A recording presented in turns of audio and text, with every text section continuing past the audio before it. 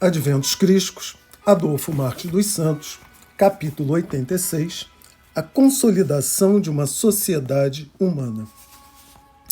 Quando o Nazareno Mestre, na condição de estimulador dos sentidos divinos, falava sobre o reino de Deus, os ouvintes se sentiam tocados, mesmo sem explicação lógicas, aguçados ficavam, como que sentindo no íntimo, de maneira intuitiva, um futuro esperançoso, um advento mais promissor, a fim de direcionar a humanidade para a maior consciência de seus deveres e, por mérito, sentir que a natureza divina faz fluir maiores benesses aos que compreendem a vantagem de viver na ordem disciplinadamente.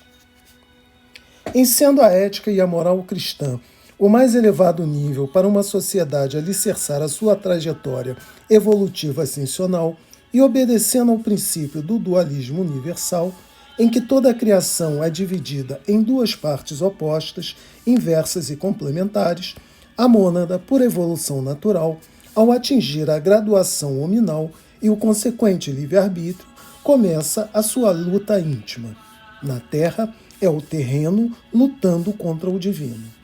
Vencida a fase primitiva, em que no homem predominam os instintos básicos da fome e da vida sexual, únicas sensações vividas pelo espírito nesse estágio, eles passam a lutar intimamente por poder e domínio. Por ser a evolução para essas consciências primitivas um fenômeno natural, não há direcionamento, um marco norteador para elas evoluírem por méritos próprios,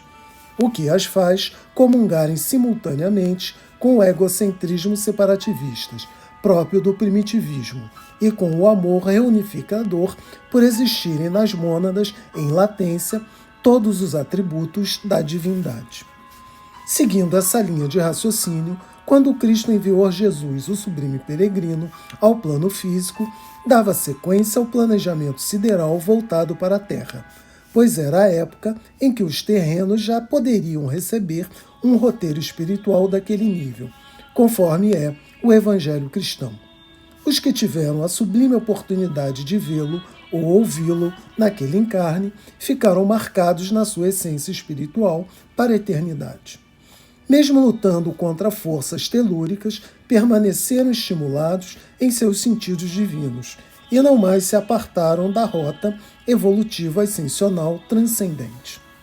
Alicerçar uma sociedade com as argamassas da fraternidade, da solidariedade e da compreensão dentro dos padrões éticos-morais do Evangelho cristão é mudar uma estrutura psicológica de milênios e milênios, encarnando e desencarnando em vários redutos siderais até atingir a graduação espiritual superior,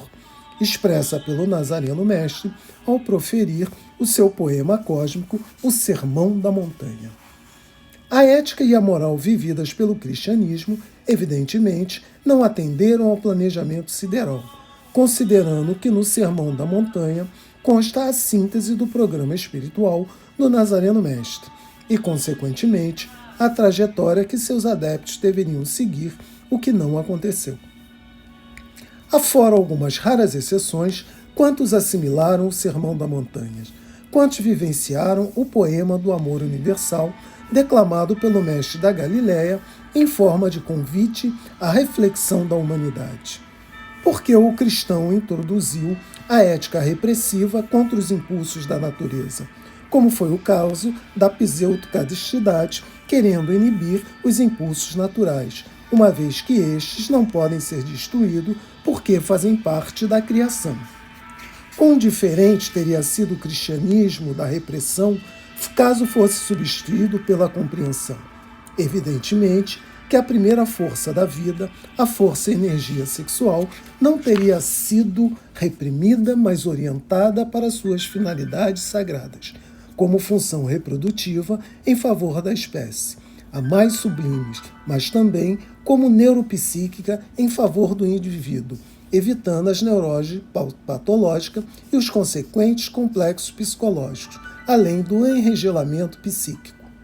A ética adotada pelo cristianismo no respeitante à vida sexual tem sido uma das principais causas do desvio da moral cristã. Quando os adventos crísticos propõem a reformulação do cristianismo, tem de começar pela base, ou seja, levar o homem individualmente a se reformar,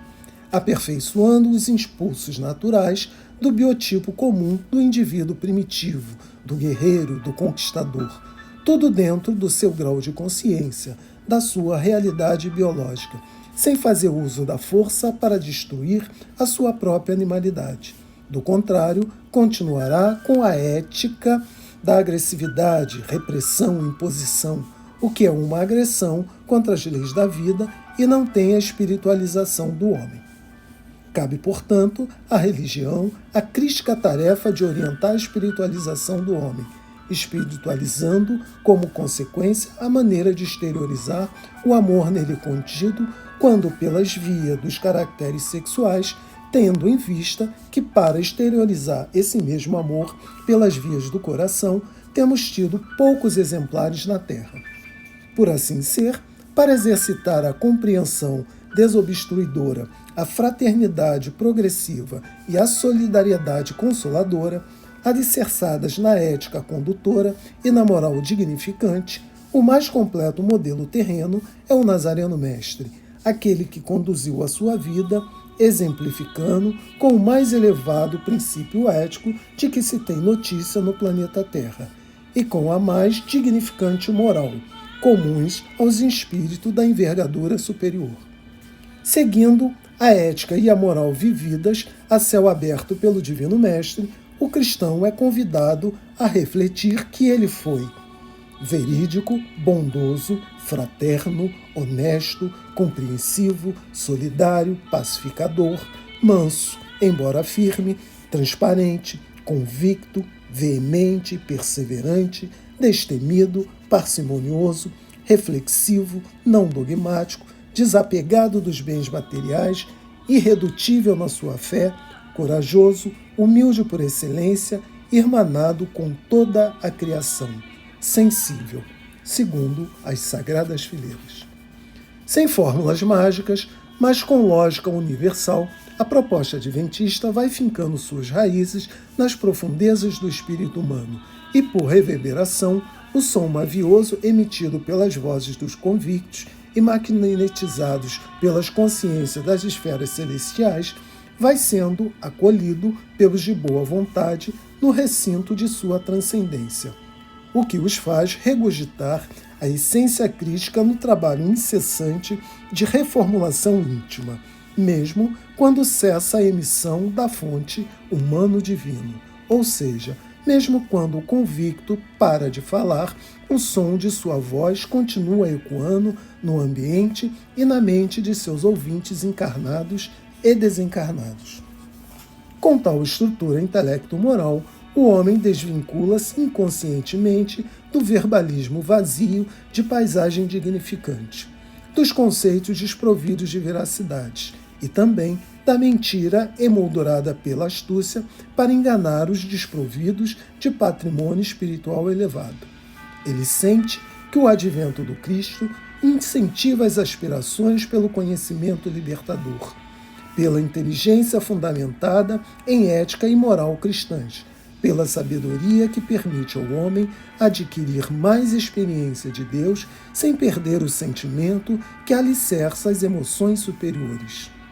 Com a razão, o homem, indubitavelmente, portador dos atributos divinos, identifica a onisciência de Deus, o que o leva a transportar a agressividade da herança animal em mansuetude, devido a ter ciência da imanência de Deus em tudo. Dessa forma, com o hominal se sobrepondo ao animal, o magnetismo do novo homem produz a brandura no ambiente de sua atuação, o que é percebido por sua natural capacidade de aglutinar outras criaturas dos dois planos à sua volta para se dedicarem à mesma causa. Necessário é que os pedagogos do planeta, pela lógica e não pela crença, direcionem as pesquisas quanto ao psiquismo humano, a fim de terem condições para desbloquear estigmas negativos de outros encarnes, quando esses espíritos navegaram no universo de Deus, nas diversas moradas do Pai.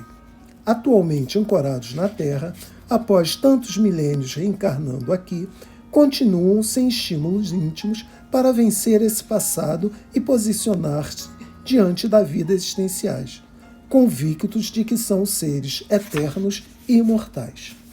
Dessa forma, com o espírito da fraternidade, da solidariedade e da compreensão, a sociedade humana consolidará os princípios crísticos, o que a fará vivenciar a ética condutora e a moral dignificante. Os mais lúcidos de uma sociedade de tal nível são os guias a desobstruírem os reprimidos, os insatisfeitos, os invejosos, os ciumentos, os irracíveis, os indóceis, os deselegantes, os autoflagelados, os lés-evolução, os inúteis, os fúteis e vazios de si mesmo à procura do nada. A convivência com os guias encarnados, espíritos mais conscientes quanto ao sentido sagrado da vida, em condições para amparar e compreender os fracos e incapazes, por certo romperá os anelos da ancestralidade animal, caracterizada pelo primarismo da agressão inqualificável e pela autossatisfação quando em atitudes hediondas próprias da inferioridade moral. Os adventos crísticos eliminam as fantasias daqueles que prometem os céus àqueles que estão com as suas raízes fincadas nas profundezas da terra, sem visão transcendente para vislumbrar a cosmicidade do Eterno Pai. Como adentrarmos os pórticos dos céus se estivermos portando as máscaras dos disfarces afiveladas no nosso rosto e empunhando as armas da arrogância, da crueldade, da ruína moral, da soberba, da vaidade, da maledicência e da mentira? As sagradas fileiras escreveram: mister se faz que assimilem todos como melhor lhes convier, desde que amparados na lógica, os conceitos referentes aos valores espirituais que os termos sintetizam, posto que uma sociedade humana não se estrutura, ou melhor, não se consolida, se alicerçá-la não estiverem a ética condutora, a moral dignificante, a compreensão desobstruidora, a fraternidade progressiva e a solidariedade consolidadora. Se perdessem todos os livros sacros da humanidade e só se salvasse o Sermão da Montanha, nada estaria perdido. Segundo Mahatma Gandhi. Fim do capítulo 86.